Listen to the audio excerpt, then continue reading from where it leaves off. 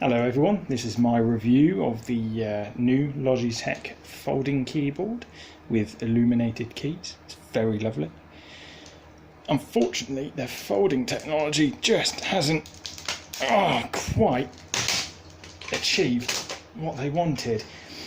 The tactile feedback of the keys, not so great on this side of the keyboard. There seems to be some issue with tactile feedback. But all in all, it's a full-size keyboard that fits into a 70% size form factor. Really, probably the only one on the market, probably for good reason as well.